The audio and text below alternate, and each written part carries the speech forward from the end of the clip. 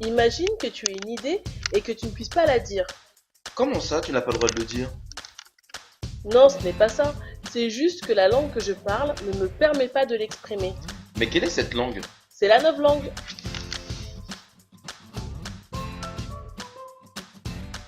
La novlangue a été inventée par George Orwell dans son roman 1984.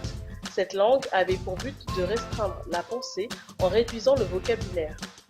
Dans le roman, cette langue est mise en place par le parti unique Ang Sok qui impose un régime totalitaire aux habitants de la ville Océania.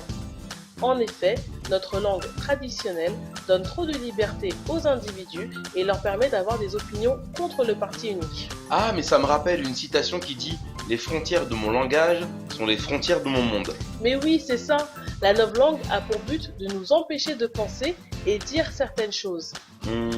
Mais comment est-ce possible? On construit nos idées à partir des mots dont on dispose. De ce fait, la pauvreté de notre langage induit la pauvreté de notre pensée. Et si on interdit certains mots, On nous interdit de penser certaines choses.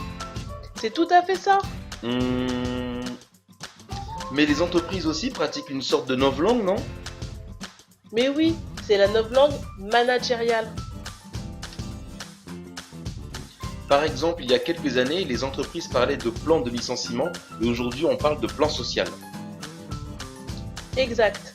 Grâce à la novlangue, les dirigeants d'entreprise veulent faire croire aux salariés que c'est une action sociale alors que le licenciement est antisocial. Comme le plan Next de France Télécom.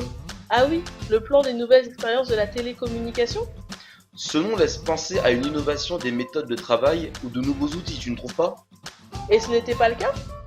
Malheureusement non. Derrière ce nom se cachait en fait un plan destiné à pousser les salariés à la faute ou à partir d'eux-mêmes.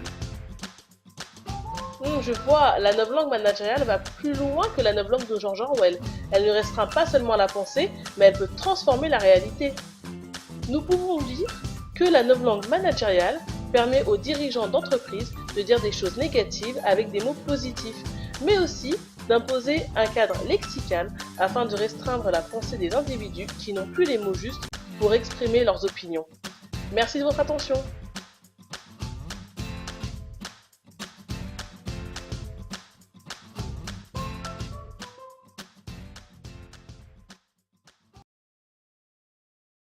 Created using Powtoon.